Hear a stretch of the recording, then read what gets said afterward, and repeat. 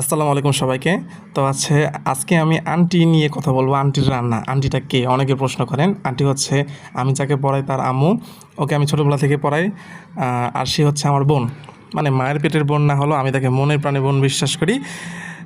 তারই আম্মুকে আমি আন্টি বলে ডাকি।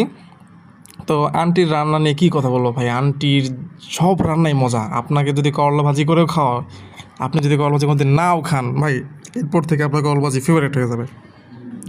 আর আমার সব থেকে জানেন কী বেশি ভালো লাগে?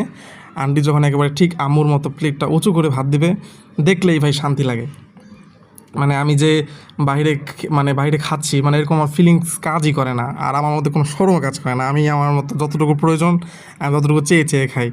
এখন ক্রিম আবার মতো বলতে বলতে মন চাচ্ছে যে আমার মধ্যে শরম কাজ করে না, আমাদের ভালোবাসা অনেক। ভাই আন্টির রান্না খেলে বিশ্বাস করেন আপনিও সুস হয়ে যাবেন।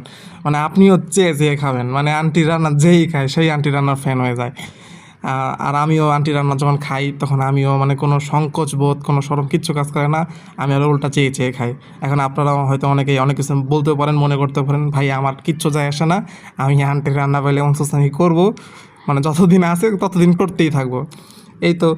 তো খিচুড়ি খাচ্ছিলাম, আমার ক্যামেরাম্যান আমার বোন ডিস্টার্ব করতেছিল। আর কি আর কি বলবো বলেন।